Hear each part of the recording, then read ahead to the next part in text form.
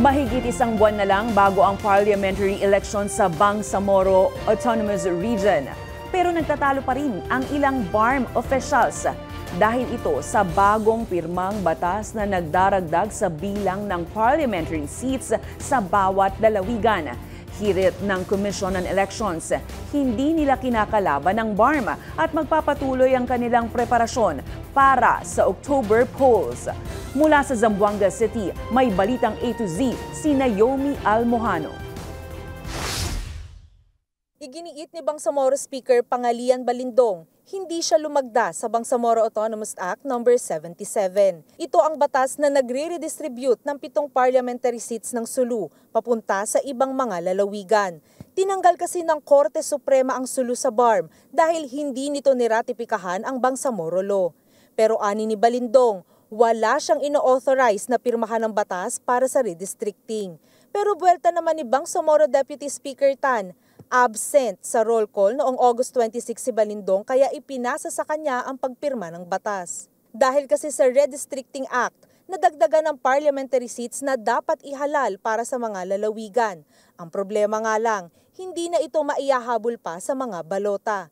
At ang tugon ng Commission on Elections sa bangayan ng BARM officials. Yan po kasi ay purely internal talaga sa Bangsamoro. Hindi po kami makakapag-komento kung legal, valid ba ang naging batas. Sa part po ng komisyon, limited lang kami doon sa operational and administrative preparation.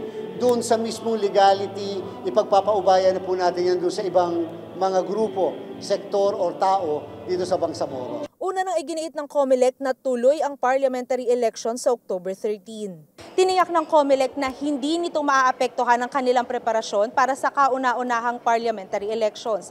Kaya ngayong Biyernes dito mismo sa Zamboanga City, nagsagawa ng BARM briefing ang komisyon na dinaluhan ng mga political party, kandidato at mga botante para talakayin ang timeline at aktibidad ng komisyon sa darating na eleksyon. Ayon kay Garcia, importante ang BARM stakeholders briefing na ito dahil bukod sa voter education, nagsisilbi rin itong paalala. Hindi po maghahanap ng away ang COMELEC dito sa Bangsamoro bagkus kami ay partner ng parlamento ng buong Bangsamoro sa pagkakaroon ng isang maayos na halalan. Kina-question naman ni Bangsamoro Interim Chief Minister Abdul Rauf Makakuwa ang pagpapatuloy ng parliamentary election sa harap yan ng bagong batas.